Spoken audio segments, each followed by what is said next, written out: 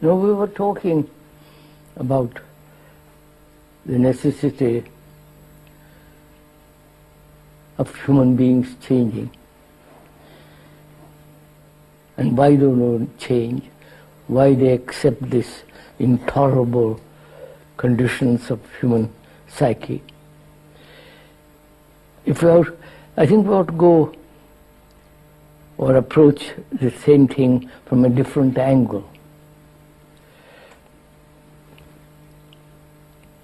Who has invented this unconscious? Who has invented it?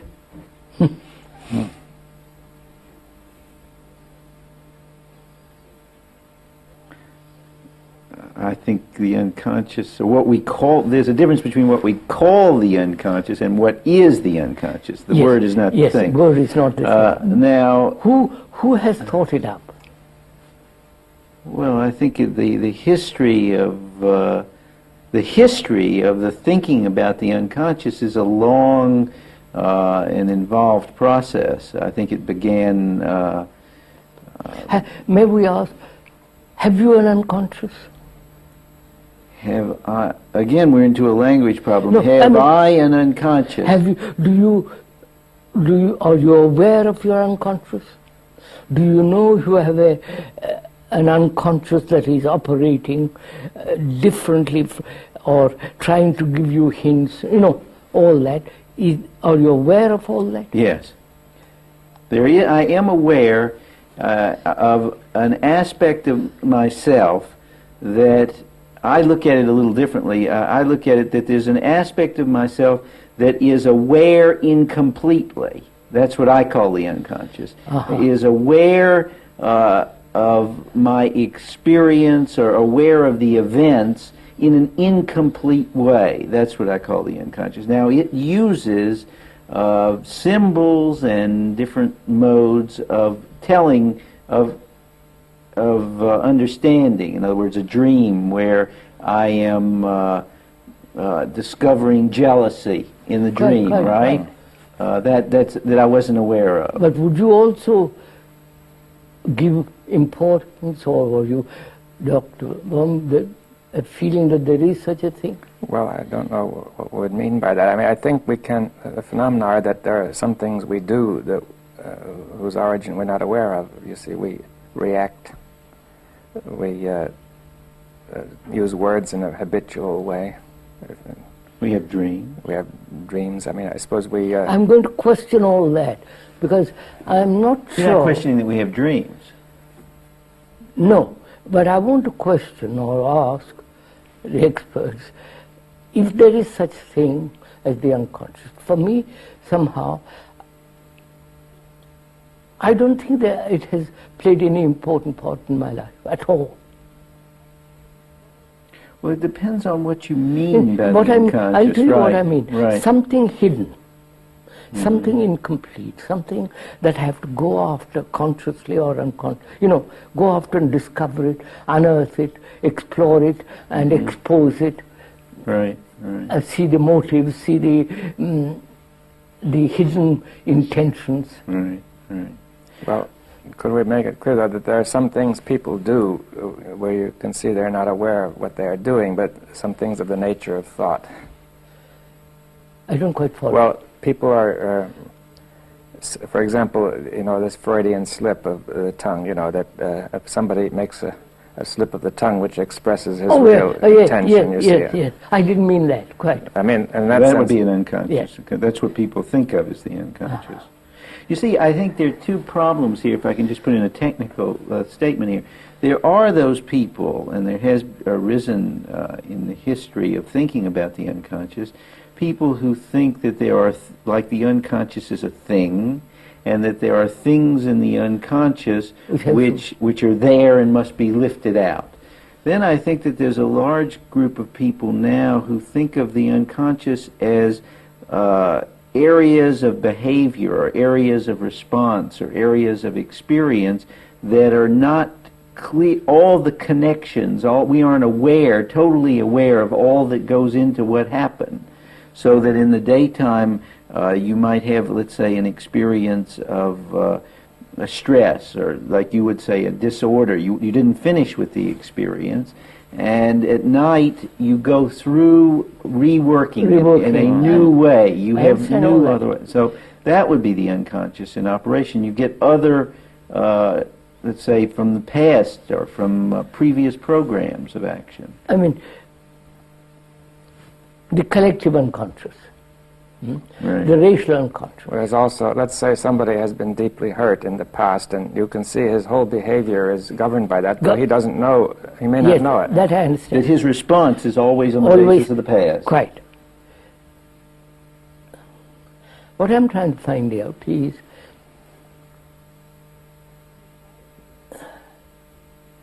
why we have divided it, the conscious and the unconscious. Or is it one unitary, total process moving, not hidden, not concealed, but moving as a whole current? And we come along, clever, brainy birds come along and split it up and say there is the unconscious and the conscious. The hidden, the incomplete, the storehouse of racial memories, family memories, all that. Well, the reason that happened, I think, is that, well, just partially explained is the fact that Freud and Jung and these people that were seeing patients, out of which grew so much of the knowledge about the unconscious, would see patients, people who had separated it. In other words, had fragmented off this movement that you're talking about. That's what I want to get right. In other words, a woman who says that she is the whole history of hysteria, you know, where patients couldn't move their arm. I know. You know about that. Yes. And then if you open up the memories, and so then they eventually can move the arm. So they put two and two together. They don't think it worked that way, but that's the way they did it. Or there were people who had dual personalities. What I'm telling you, is it an insanity, and not insanity, is it a state of mind that divides everything, that says that the unconscious, conscious? It is a process of fragmentation also. Right. Well, wouldn't you say that a certain material is made, even Freud has said, that certain material is made unconscious by the brain because it's too disturbing? That's what I want. It's fragmented. Yeah. I mean, that's well known in all forms of psychology, isn't it? That's right. That's what I'm saying. That it's fragmented off, and that then was called the unconscious. What is fragmented is the unconscious. I understand that. But that meant, would one say that the brain itself is a purpose there, in some sense, holding it separate to avoid it, you see? Right. Yes, avoid facing the facts. That's right. Yeah, so that it's not really separate from consciousness. No. That's what I want to get at, you see? Yeah. It is, right. I mean, it isn't separate from consciousness. The brain has organized in a fragmented way. Yeah, but then it's a wrong terminology to call it. See, the word unconscious already implies separation, doesn't it? To say there are two layers, for example, the deep unconscious and the surface consciousness. Right, right. That structure is implied. That's right. But now, this other notion is to say that structure is not implied, but rather certain material, wherever it may be, is simply avoided. That's right. Well, that's wouldn't the way I think about it. Yeah. I don't want to think about somebody because he's hurt me. Right. That's not the it's I don't want to think about it. That's right.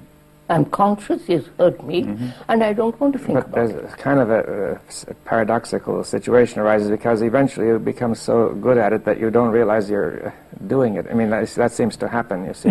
Yes. That people become so proficient at avoiding these things that they cease to realize they're doing it. That's right. Yes. It becomes habitual. That's right. I mean, I think this is what happens, that these kinds of things, the hurts... That is, the wound remains. The wound remains, and we forget that we've forgotten. Well, the wound remains. Right. Yeah, I think, nice phrase, we remember to forget this. You remember, yes. We remember to forget, and the process, actually the process of therapy is helping the remembering, see, and the recall, to remember you've forgotten, and then to understand the connections of why you forgot, and then the thing can move in a more holistic way rather than being fragmented. Do you consider or feel that you have been hurt Yes. and want to avoid it?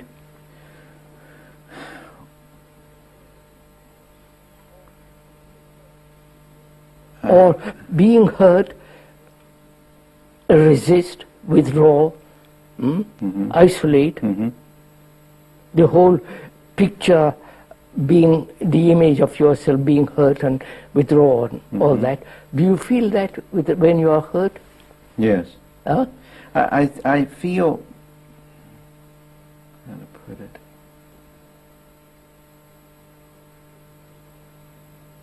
I think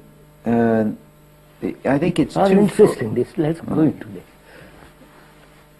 Yes, I feel there's definitely a move not to be hurt, not to have that image, not to have that whole thing changed.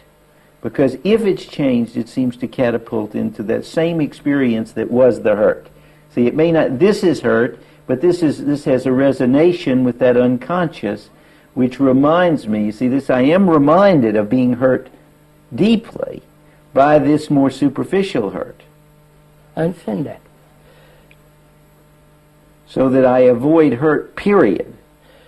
Can the brain have a shock? Of course, all the rest of biological, physical shock. But the psychological brain, if I can call it, must it be hurt? Is that inevitable? No, I don't think so. It's only hurt with reference to something. No, I'm asking you, can such a psychological brain, if I can use those two words, never be hurt? Under any circumstance, given, family life, husband, wife, bad friends, so-called enemies, all that's going on around you, and never get hurt.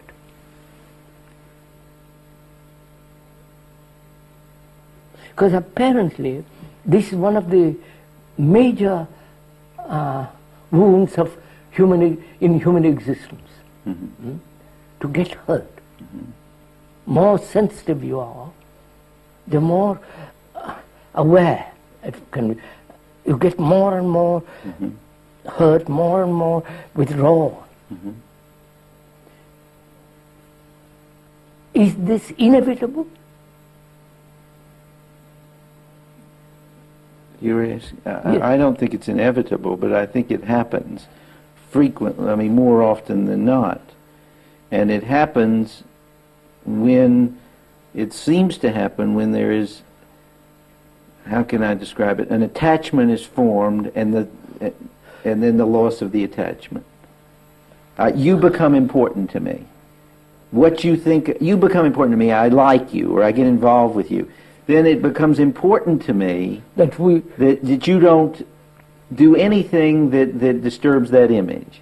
That is, in that relationship between two people, right, the picture that we have of each other, right, the image of which, that is the cause of hurt. Well, but it also goes the other way, that we hold those images because of hurt. Of course. Where does it start? That's what I want to get at. Yeah, that's what I want to get at too. You pointed out something. Right. I know he did. Yeah. And because the past hurt gives a tremendous strength to the image, the image which helps us to forget it, right? That's right. Now, is this wound in the unconscious? We'll use the word unconscious in quotes for the time being. Is that hidden?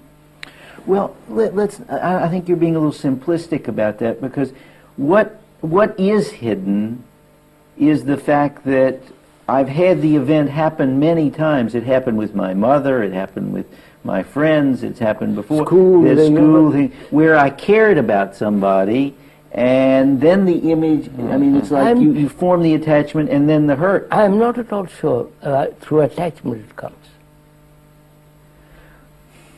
I think it's something, maybe it's not attachment, maybe that's the wrong word, but there's something there that happens. What happens that I form a relationship with you where an image becomes important? What you do to me becomes important.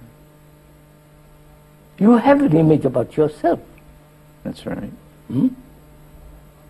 That's right. And you're saying that I like you because you're confirming my image? Apart from like and dislike, apart from like and dislike, you have an image about yourself. Right, right. Hmm? I come along, put a pin in that image. No, first you come along and confirm it. Well, No. the hurt will be greater if you first come along and be very friendly to me and confirm the image, and then that's suddenly put the pin in. Of course, of that's course. right. That's of course. But I mean, but even somebody who didn't confirm it, if he puts the pin in properly, he can produce that hurt. Right? That's what. That's right. That's not unconscious. But how come, like you said, why did I have the image to begin with? That is unconscious. Is it unconscious? That's what I want to get at. Or it is so obvious that we refuse, that we don't look. You follow what I'm saying? I follow what you. Yes, I'm with you on this, and we put it away. We say it's hidden. I question it, whether it's hidden at all. It's so blatantly obvious. I wonder if all the ingredients of it. I tell you, I don't feel all parts of it are obvious. I think that we hide it in one sense. That say we say that this hurt means that everything is wrong with the image, but we hide it by saying everything is all right. You see, for example, that in other words, the thing that is obvious may be hidden by saying it's unimportant, or that we don't notice it. Yeah, we don't notice it, but it's like I get the feeling as we're talking personally. I get the feeling. There's a kind of, I ask myself, what is it that kind of generates the image? What is that hurt? We'll come to that. We'll come to that. I mean, I'm trying, and we're inquiring, aren't we, into the whole structure of consciousness. Right, right. That's just what we're inquiring. That's what I was coming into the nature of consciousness. Right. We have broken it up into the hidden and open. Mm-hmm. It may be the fragmented mind is doing that. That's right. Mm-hmm. And therefore, strengthening both. Right. Dividing, the division grows greater and greater and greater. Mm-hmm. The fragmented mind doing this. Mm-hmm. Mm-hmm. Now, most people have an image about themselves. Practically everybody. Right. Practically everybody. Yeah. It is that image that gets hurt. And that image is you. Mm-hmm. And you say, well, I am hurt. Well, it's the same as we were discussing this morning. Yes. Because, you see, if I say I have a pleasant self-image, then I attribute the pleasure to me, right? And saying that's real. And then if somebody hurts me, then the pain is attributed to me. And I say that's real too, right? Mm-hmm. It seems that if you have an image that can give you pleasure, then it must be able to give you pain. Pain, yes. There's no way out of that, I mean. Absolutely. Well, the image tends to be self-perpetuating, like you were saying about the Yeah, but I think people hope that the image will give them pleasure, right? Pleasure only. Only Right, pleasure. right. But the very mechanism that makes pleasure possible makes pain Make possible. pain possible. Because, you see, the pleasure comes if I say, I think I'm good. And that I is also sensed to be real, which makes that goodness real. Mm-hmm. But then if somebody comes along and says, you're no good, you're stupid, and so on, then that too is real. Right. And therefore very significant, right? I mean, it makes it hurt, right? The image brings both pleasure and pain. Yeah. Right. Mm-hmm. Right. Put it very, very simply. Right. I think people would hope for an image that would bring only pleasure, Well, but it people can't be done. do hope. I mean, there's no question about it. People not only hope for the image, but they invest all of their interest in their image. They see themselves as they say, I should not be this way because I am in fact the image, so that they go both ways at the same time. That's the most curious thing about the mind. I am the image, but when I discover that I'm not the image, then I should be that way because I really am that. So it works both ways. Yeah, but the image, you see, I think that that if you make the self-image and you get the what's implied in there is to say everything depends on having this self-image right. You see, in other words, That's right. Everything. the value of everything depends on this self-image being right. So if somebody shows it's wrong, therefore everything is everything is no good, right? Everything is wrong. That's right. We're always giving new shape to the image. That's right. But I think that this image means everything. You see, this is why. So it gives a tremendous power. The entire personality is directed to the achievement of this image. In other words, everything else takes second place. Are you aware of this? Yes, I'm aware of it. What is the beginning of this? Well, Please, just let me summarize first. yeah, Every human being practically has an image about right. himself, That's right. of which he's unconscious or not aware. That's right. Use And the word usually it's some sort of idealized. idealized or not idealized. Right. It's an image. That's right. It's an image. It's idealized, and they must have it. They have it. They have. I mean, they must get all their actions or toward must have it. In other words, to accomplish it. Right. To I think realize one feels one's whole life is involved depends Right. on the image. You see Yeah. that That's right. it's, Depression is when I don't have it. We'll come to that. Then the next question, how does it come into being?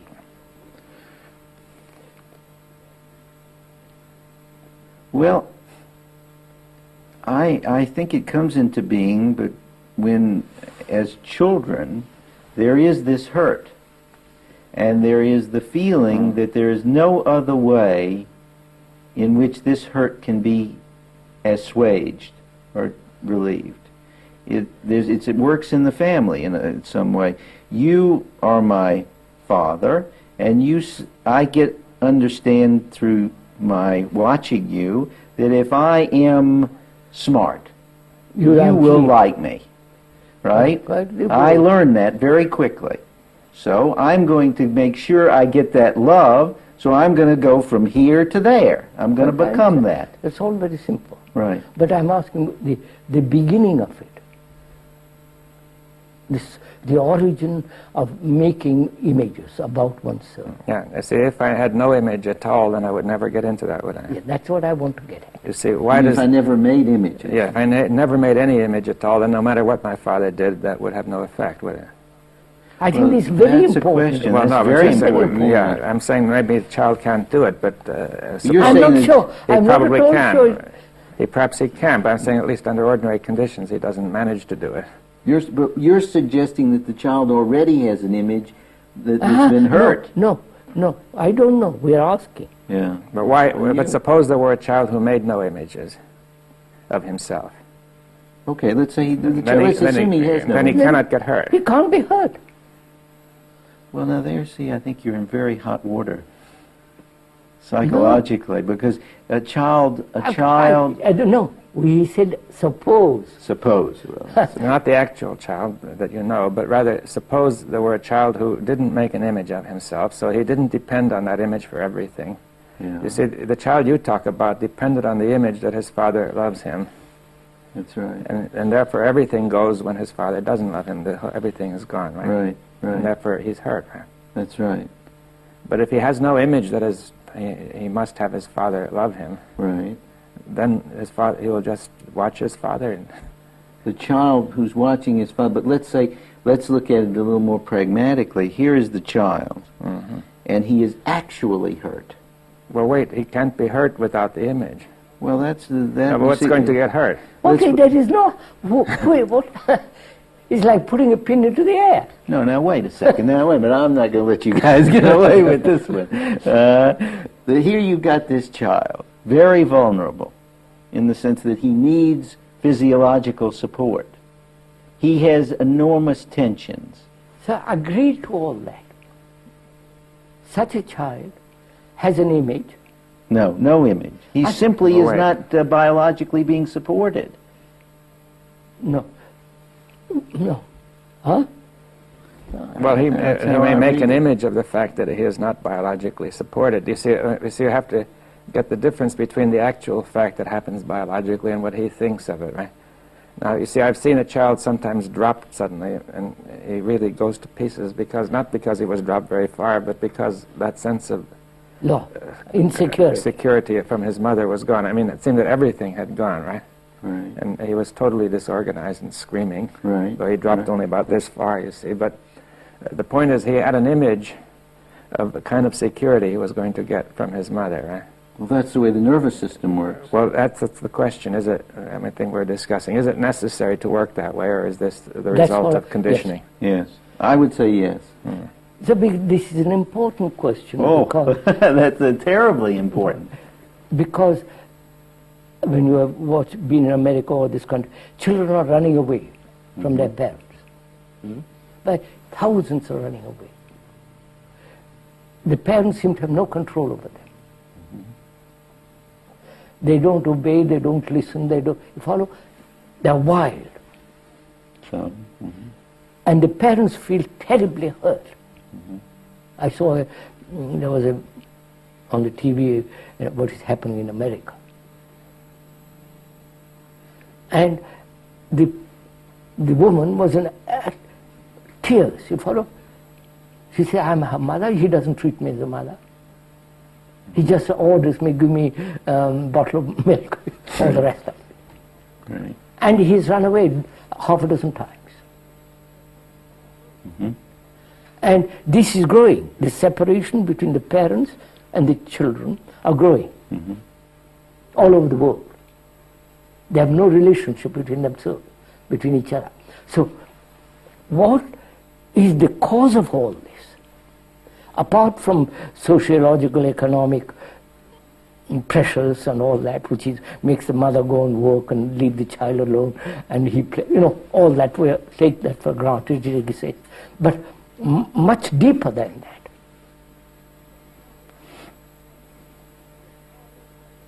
Is it the parents have an image about themselves, and the parents insist in creating an image in the children? I see what you're saying. And I think that's it. the child refuses to have that image, but he has his own image. So the battle is on.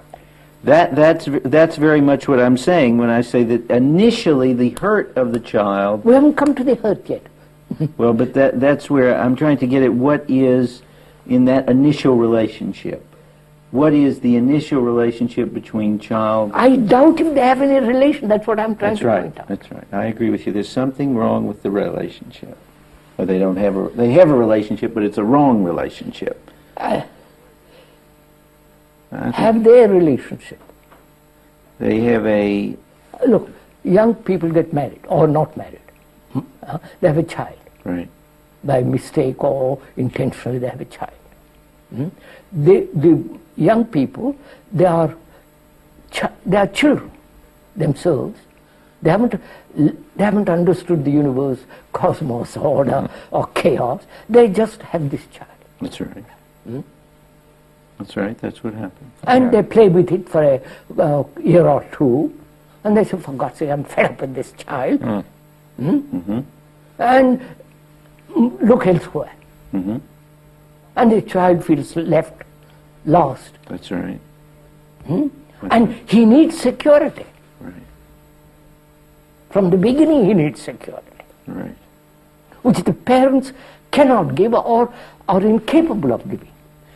Psychological security, the sense of, you're my child, I love you, I look after you, I'll see that throughout life you behave properly, care.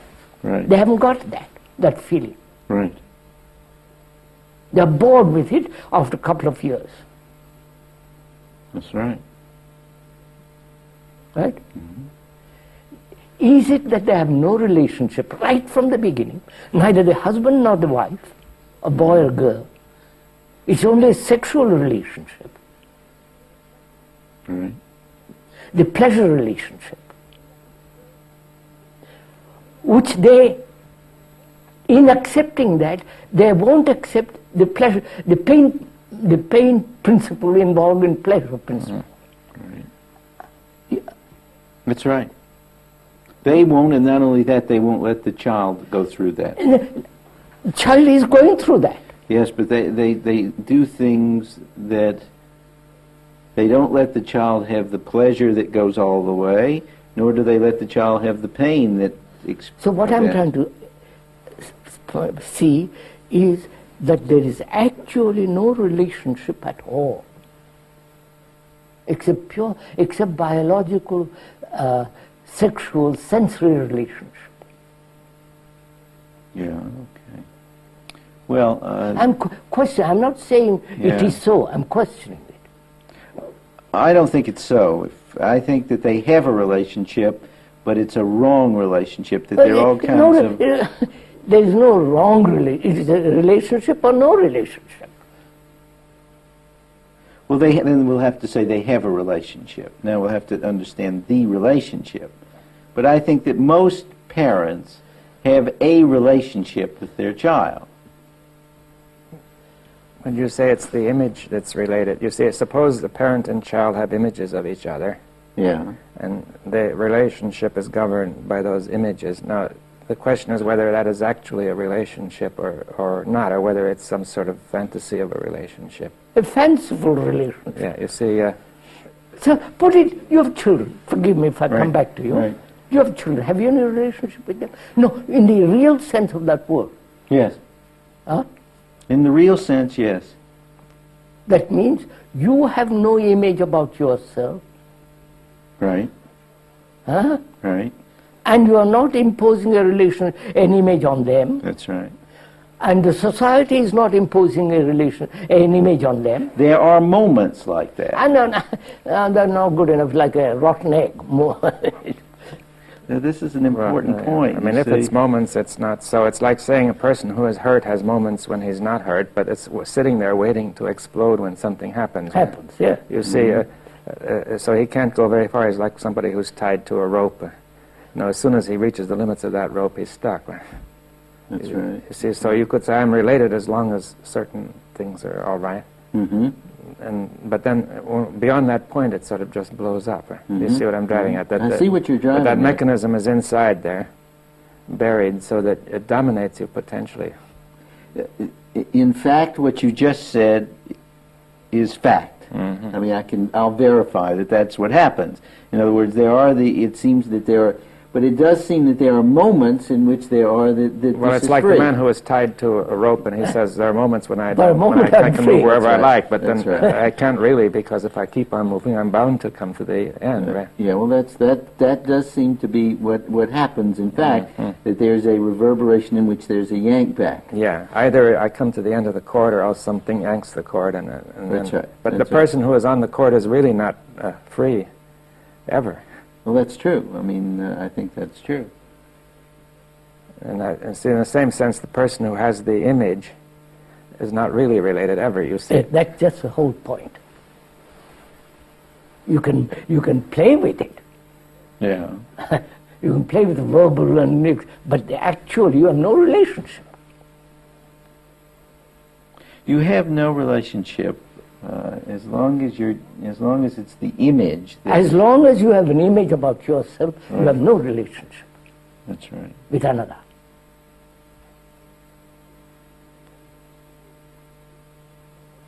This is a tremendous revelation. You follow? It's not just an intellectual statement. Mm-hmm. Let me share with you something. I resent this. I see that. You see that? I mean, I get rather angry with you. I see it. You know, I mean, there's a real, and we've seen this in other places where it always happens with analysis, doesn't it? Well, it happens in analysis, but I mean, I was thinking we had psychotherapy. Yeah. The meeting with the psychotherapist, this came up. Mm-hmm. There's a tremendous resentment to say that, I mean, because I have the memory of times when I do have what I think is a relationship, yet I must be honest with you and say that that after such relationship, there inevitably seems to be this the yank yanking back. of the cord, yeah. The yank back. so that I must,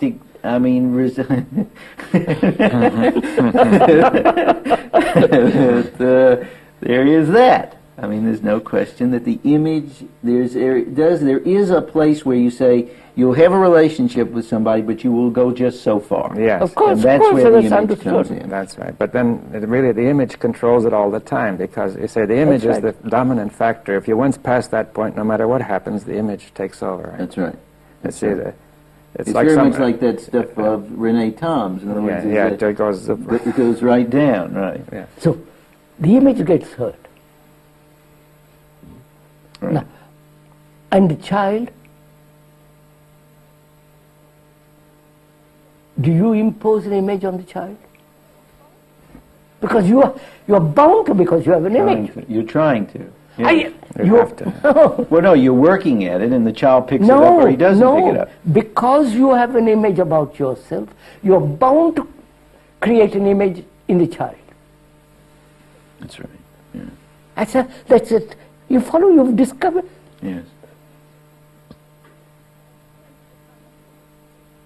And society is doing this to all of us. Yeah. So you say the child is, is picking up an image just naturally, as it were, quietly, and then suddenly it gets hurt, right? Hurt. That's right. So That's right. the hurt has been prepared and preceded by That's this steady process of building an image, right? That's right.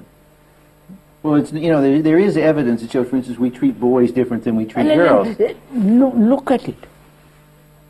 Don't verbalize too Right. quickly. But you see, if this steady process of building an image didn't occur, then there would be no basis for no structure to get hurt.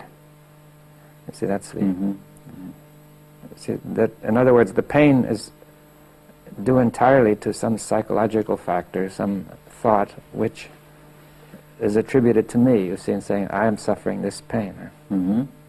and whereas I was previously enjoying the pleasure of saying my father loves me, I'm doing what he wants, right? Mm-hmm. Mm-hmm. And now comes the pain, I'm not doing what he wants, and he doesn't love me. Yeah. But what about the initial hurts? I mean, the child. No, if you want, No, I think we've got it beyond that point. Beyond that I don't point. think we have. I don't think we've touched on the fact of the biological Oh. situation of the child feeling neglected. neglected. Well, but that's still, what do you mean? If the child is neglected, I mean, I think that he must pick up an image in that very process, Yeah, if of you course. see what I'm... If you admit, once you admit, see the reality, that as long as the parents have an image about themselves, they're bound to give that image to the child. You see, An image. It's the image which makes the parent neglect Yeah, well, the you're child. right there. It's yeah. right. There's no question. As long as the parent is an image maker and That's has an image, He's then bound to he has nothing. He can't see the child. and therefore gives an image to the child. Right. And he'll condition the child Yeah. to be into something. Yeah. Yes, and at first, perhaps through pleasure, then he'll get hurt. But if he begins by neglecting him, see, I think that the process of neglect is also the result of an image, and he must communicate an image to the child as he neglects Which the is child. neglect. Yes, that neglect is the image that he is communicating. That's right. And right. also the parents are bound to neglect if they have an image about Right. themselves. That's Yeah. right. That's right. See, he They will- must, because Yeah, as long inevitable. right. The child will Because they're fragmenting rather than seeing the whole. Yeah, the child will get the image that he is doesn't matter to his parents, that Except in that fragment. in the fragment they like and so That's on. right. So if you're this way, I'm with you. If you're not that way, But you see, society is doing this to every human being. Right? Church is doing it. Churches, religions, politics, everything, culture around us is creating this image. that's right. And that image gets hurt and all the rest of it. Now, his next question is one aware of all this?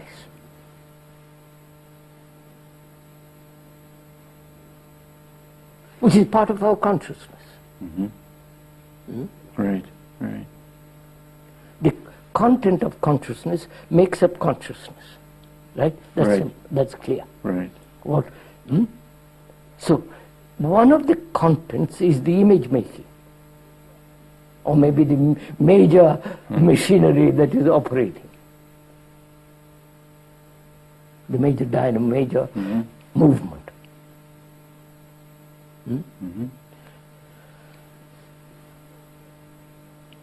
Being hurt, whichever human being is, can that hurt be healed and never be hurt again? That is, can a human mind which has created, which has accepted the image, which creates the image, put away the image completely and never be hurt? And therefore, in consciousness, a great part of it is empty. It has no content. I wonder.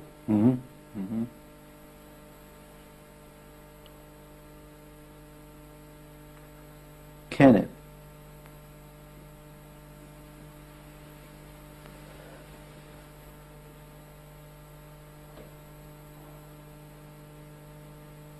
I really don't know the answer to that. What? I know the answer only that I believe you could. Who is the image maker? What is the machinery or the process that is making images? I may get rid of one image and take on another. I'm a Catholic, I'm a Protestant, I'm a Hindu, I'm a Zen monk, I'm this, I'm that. You follow, they're all images. Right.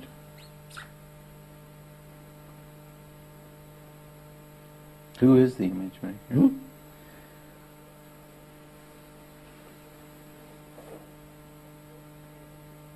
You see, of course, if there is an image of that kind, how can you have love in all this? Well, we don't have an abundance of it. We don't have it. That's right.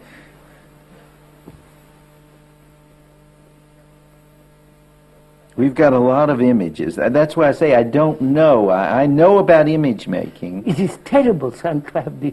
You follow? Right. I know about image making, and I see it now. Even as you're talking about it, I can see it there, and the feeling is one of, it's like a map. You know where you're at. Because if I don't make this image, I'll make another. Of course, that's and if you don't make this one, you'll make another. We are saying, is it possible to stop the machinery that is producing the images? Yes.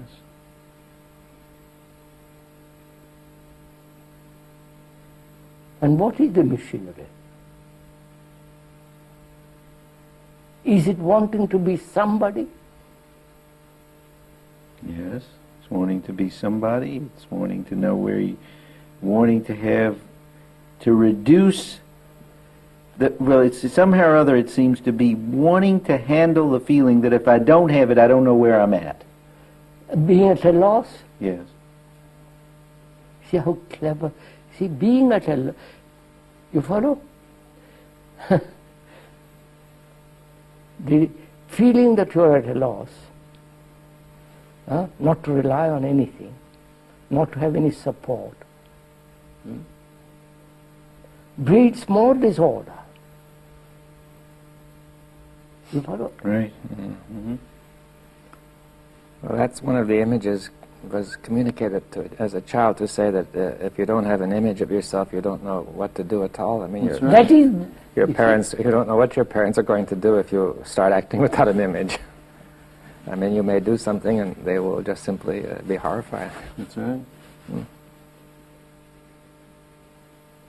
The image is the product of thought. Right? It's organized. Yeah, a product of thought. It may go through various forms of pressures and all the rest of it. A great deal of conveyor belt, and at the end produces an image. Right. No question. I agree with you there. Yeah. It's definitely the product of thought, and that thought seems to be like, you know, the immediate action in knowing where you're at, or in trying to know where you're at. It's like there's a So space. can the machinery stop?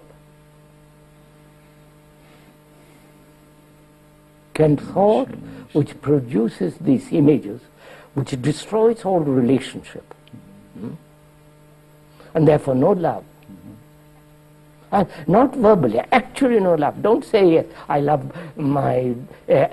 I don't. It's not when a man who has got an image about himself and says I love my husband or wife or my children. It's just sentiment, romantic, fanciful, emotionalism. Right.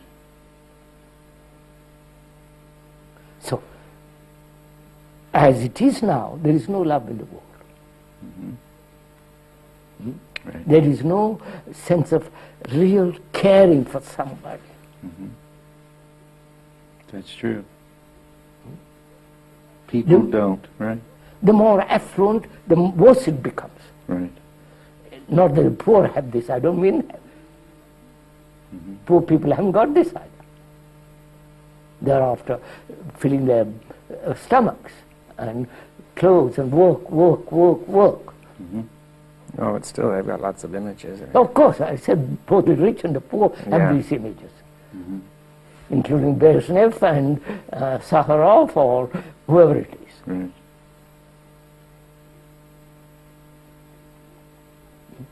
And these are the people who are correcting the world, right? Who say, well, this, follow? They are the ordering of the universe, of the.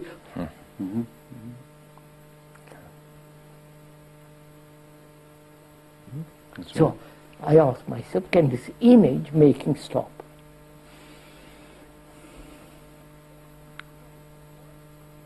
Stop, not occasionally. Stop it. Yeah.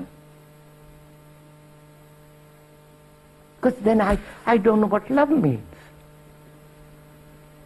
I don't know how to care for somebody.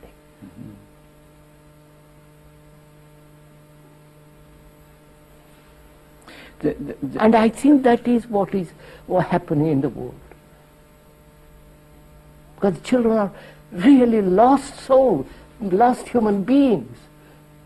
I met so many, hundreds of them now, all over the world. They are really lost generation, you understand?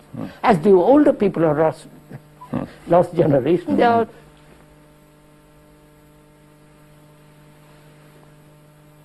So what is a human being to do? What is his right action in relationship? Can there be right action in relationship as long as you have an image? Yeah. No, sir, this is a tremendous, you follow? That's why I was wondering, you see, it seemed to me you made a jump there, that you said all we know somehow or other is images and image making and thought. That's all we know. But we never said, can it stop? We've never said, can it stop? That's right. We never said, for God's sake, if it doesn't stop, we're going to destroy each other. So you could say that now the notion that it might stop is something more that we know that we didn't know before. You see, in other words, it becomes another piece of knowledge. Yeah, but I was trying to say that when you say all we know, it's the same thing as before. I mean, I feel that there's that block comes in. Right, right. You see, in other words, that it doesn't not much use to say all we know. Because he said, can it stop? So that's more than. If you say that's all we know, then that could never stop. Right? Right. He's objecting to your use of all. Yeah, no, I think that's what makes it. I'm grateful. That's for what's one of the factors blocking it. Yeah. Yes. Well, if we come down to it, I mean, what do we do with that question? Can it stop? Huh? I mean, there we are. We've got this question. I Can put it that stop? question to you. Do you listen to it? I listen, right. Do you And it listen? stops for No, I'm not interested in stop. Do you listen to a statement. Right. Can it stop? We now analyze or examine this whole process of image making, the result of it, the misery, the confusion, the appalling things that are going on. The Arab has his image, the Jew, the Hindu, the Muslim, the Christian, the non, you follow? Right. Communist, it's this tremendous division of images, symbols, all the rest of it. Yeah. If that doesn't stop, you're going to have such a chaotic world.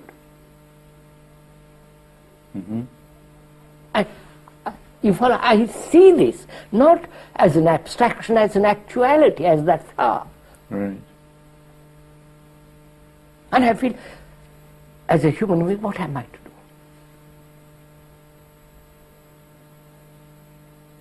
Because I personally have no image about it. I really mean I have no image about myself, a conclusion, a concept, an ideal, all these sort of images. I have none. And I say to myself, what can I do? When everybody around me is building images.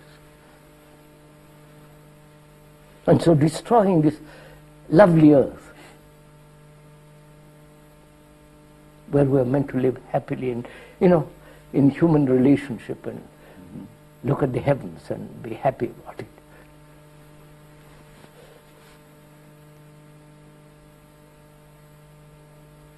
So what is the right action for a man who has an image? Or there is no right action. Let me turn it back. What happens with you when I say to you, can it stop? I say, of course. It's very simple to me. Of course it can stop.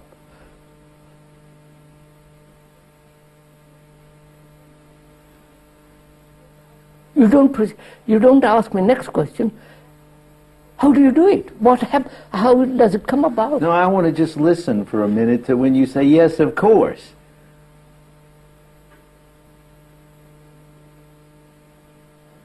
Okay, now, how do you think it can? 5 minutes. We're only 5 minutes. Okay, well, let's just touch. How can it stop? I have no. Let me put it to you straight, and let's see if I can get it straight. I have absolutely no evidence that it can. No experience that it can, except flashes. I don't want evidence. You don't want any evidence. I don't want somebody's explanation. Or experience. Because they're based on images. Right. Future image or past image or living image. Okay. So I say, can it stop? I say it can. Definitely. It's not just a verbal statement to amuse you. To me this is tremendously important.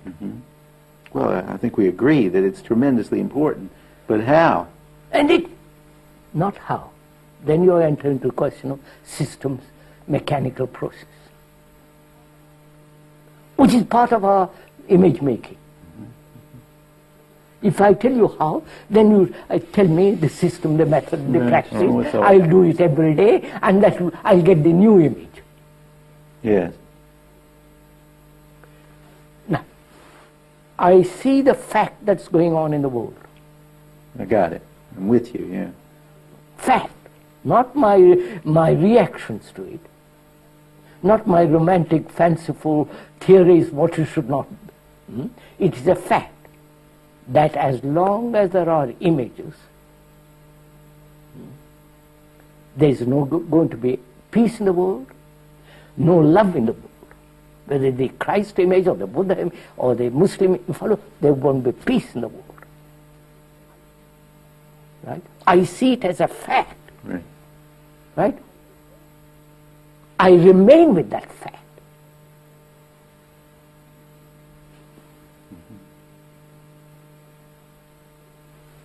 That's all. Finished.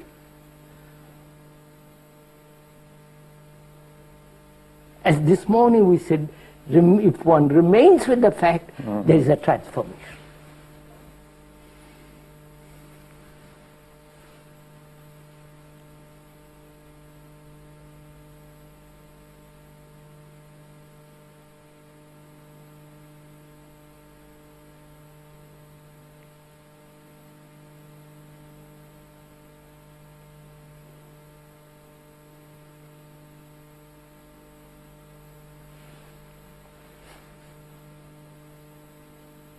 which is not to let the thought begins to interfere with the fact. Mm-hmm. Well, the same as this morning to say, and more images come in. As more images come in.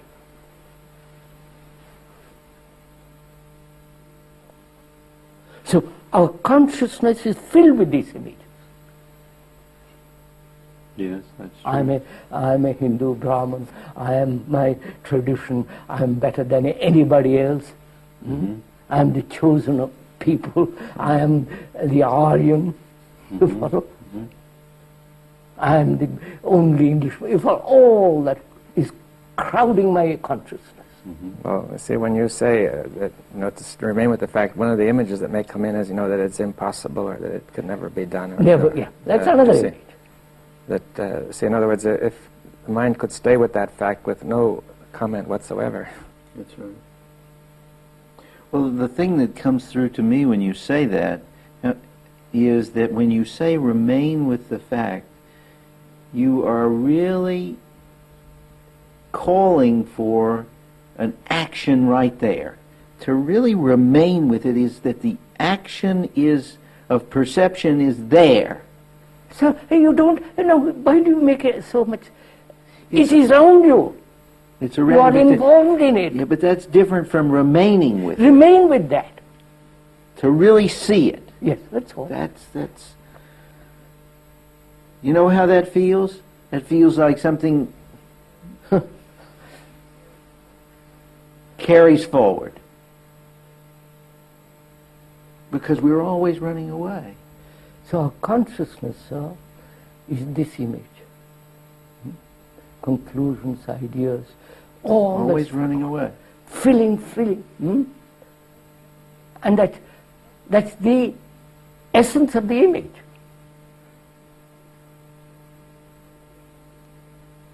If there is no image making, then what is consciousness? That's quite a different. Well,